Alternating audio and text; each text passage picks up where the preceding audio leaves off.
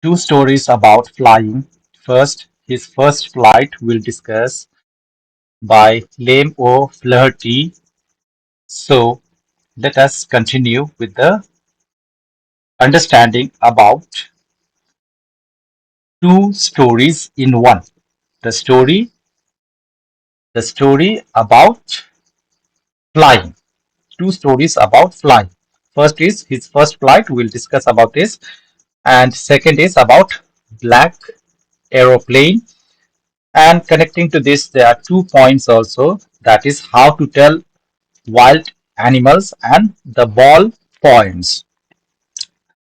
Before you read and enjoy this part one about his first flight, let's see what it is asking us first of all to understand. Since the earliest times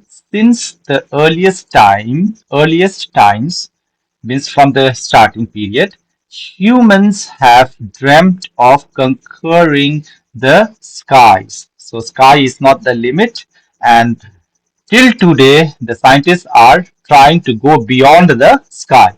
So here are two stories about flying. First, a young seagull is afraid to fly. How does he conquer his fear? Second, a pilot is lost in storm clouds. Does he arrive safe? Who helps him? Let us begin to understand about the first flight. The young seagull was alone on his ledge. His two brothers and his sister had already flown away the day before. He had been afraid to fly with them. Somehow, when he had taken a little run forward to the brink of the ledge and attempted to flap his wings, he became afraid. The great expanse of sea stretched down beneath, and it was such a long way down, miles down. He felt certain that his wings would never support him. So he bent his head and ran away back to the little hole under the ledge. He slept at night.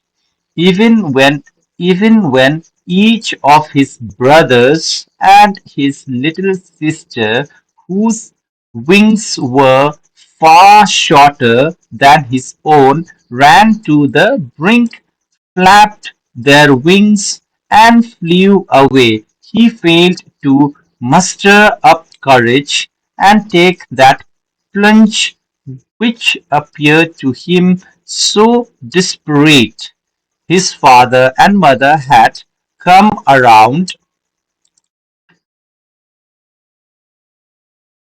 calling him shrilly, upbraiding him, threatening to let him starve on his ledge unless he flew away.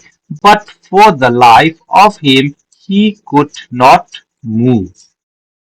In this first paragraph, the speaker tells us about a young seagull sits alone on a ledge while his siblings have already flown away.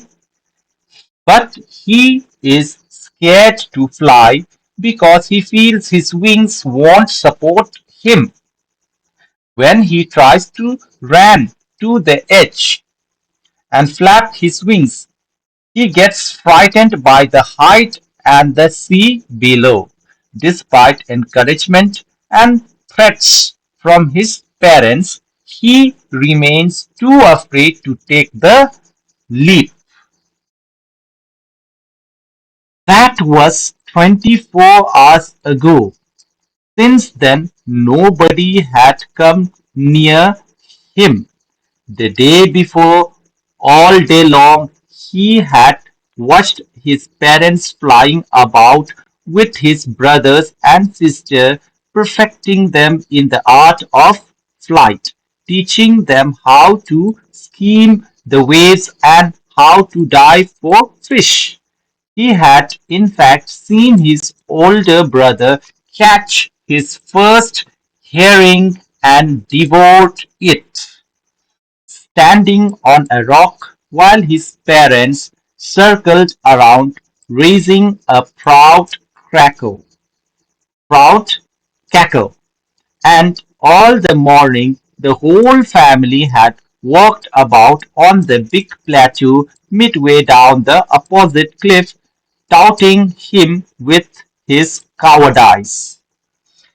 Here in this paragraph, the speaker says that the young seagull has been alone for a day because his family has left him. He watched them flying and learning how to hunt for food, feeling left out and scared. His older brother even caught a fish while the parents praised him.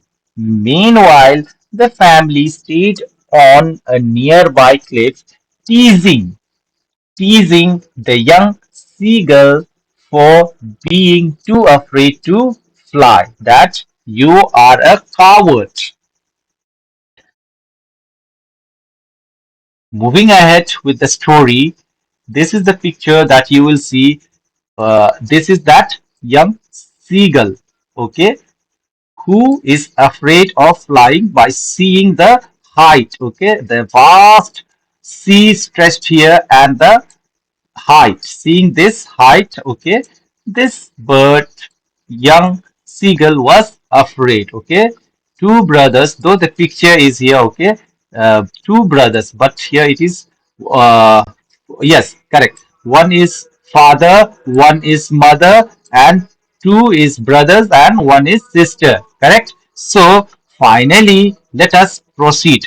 The sun was now ascending the sky, blazing on his ledge that faced the south. He felt the heat because he had not eaten since the previous nightfall. He stepped slowly out to the brink of the ledge, and standing on one leg with the other leg hidden under his wing, he closed one eye and the other and pretended to be falling asleep. Still, they took no notice of him. He saw his two brothers and his sisters lying on the plateau, dozing with their heads sunk into their necks. His father was preening the feathers on his white back.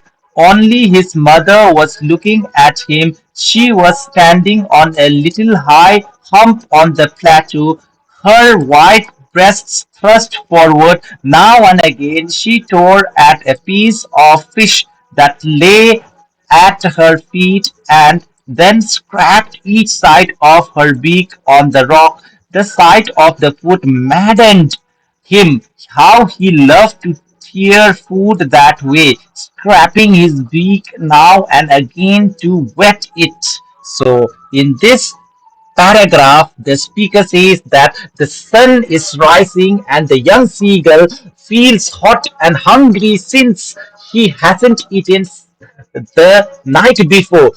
Since the night before, he moves to the edge of the ledge and pretends to sleep, hoping to get attention, but his family ignores him. He sees his siblings sleeping and his father grooming himself.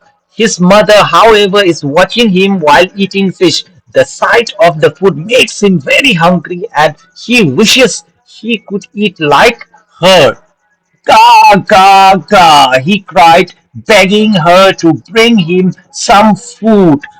Thou cold ah! She screamed back derisively, but he kept calling plaintively, and after a minute or so he uttered a joyful scream. His mother had picked up a piece of the fish and was flying across to him with it, learned out eagerly tapping the rock with his feet, trying to get nearer to her as she flew across. but when she was just opposite to him, she halted, her wings motionless, the piece of fish in her beak almost within reach of his beak. He waited a moment in surprise, wondering why she did not come nearer, and then, maddened by hunger, he dived at the fish. With a loud scream, he fell outwards and downwards into space. Then a monstrous terror seized him, and his heart stood still. He could hear nothing, but it only lasted a minute. The next moment he felt his wings spread outwards. The wind rushes against his breast's feathers, then under his stomach and against his wings. He could feel the tips of his wings cutting through the air. He was not falling headlong now. He was soaring gradually downwards and outwards. He was no longer afraid. He just felt a bit dizzy. Then he flapped his wings once and he soared upwards. Ga ga ga ga ga ga, kauku ah. His mother swept past him, her wings making a loud noise. He answered her with another scream. Then his father flew over him screaming. He saw his two brothers and his sister flying around him, curveting and banking and soaring and diving.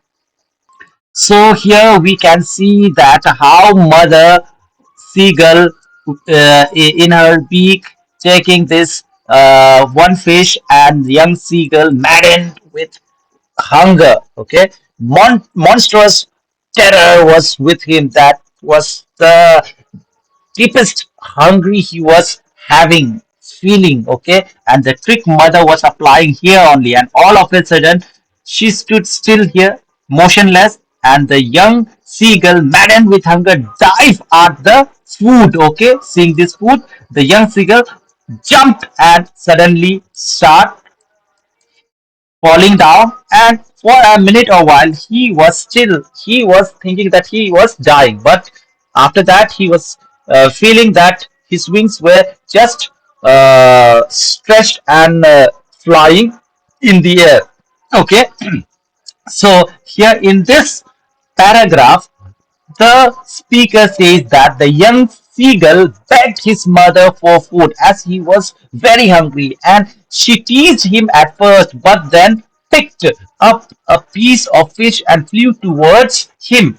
Excited, excited seeing that mother was coming with the food. He tried to reach at her, but she stopped just out of reach. Starving and desperate, the young seagull lunged for the fish and fell off the ledge. At first, he was terrified, but then his wings spread out and he realized he could fly. Feeling the wind gaining control over his flight, he soared through the air, no longer afraid or scared anymore of flying. His family flew around him, encouraging and celebrating his first flight successfully. He was near the sea now, flying straight over it, facing straight out over the ocean. He saw a vast green sea beneath him, with little ridges moving over it, and he turned his beak sideways and cawed amusedly. So, in this passage, the speaker says that the young seagull quickly forgot his fear of flying and began to dive, soar, and curve through the air, shrinking with excitement. As he flew over the sea, he looked down at the vast green water with small waves and felt very happy, even making a playful sound. His parents and his brother's sister had landed on this green flooring ahead of him. They were beckoning to him, calling shrilly. He dropped his legs to stand on the green sea. His legs sank into it. He screamed with fright and attempted to rise again, flapping his wings, but he was tired and weak with hunger, and he could not rise. Exhausted by the strange exercise, his feet sank into the green sea, and then his belly touched it and he sank no further.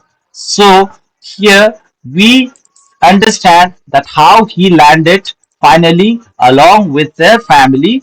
And let me complete the reading first. He was well, his feet sank into the green sea, and then his belly touched it, and he sank no further. He was floating on it, and around him his family was screaming, praising him, and their beaks were offering him scraps of dogfish. He had made his first flight. So finally, in this last concluding the celebration they were enjoying. So the speaker says that the young seagull saw his family waiting for him on the sea, calling him. He tried to land but panicked when his legs sank into the water, exhausted from flying. He couldn't lift off again. However, instead of sinking, he realized he was floating on the water. His family surrounded him, cheering and offering him food. He had successfully completed his first flight. So finally, overall, the story is connected like this. In his first flight, a young seagull is afraid to fly while his siblings have already taken to the sky. His parents try to encourage and scold him, but his fear keeps him grounded. Starving, he watches his family fly and hunt for food. When his mother tempts him with fish, he dives toward her and accidentally falls off the ledge. To his surprise, he begins to fly. Overcoming his fear, he soars confidently and joins his family members, completing his first flight. So, this is how the young seagull completed successfully his first flight. And what we learned here is that courage and self-belief. Remember, courage and self-belief are very essential tool to overcome our fear and achieving success in our life. So this is what we learn from the example of this first part of the first flight.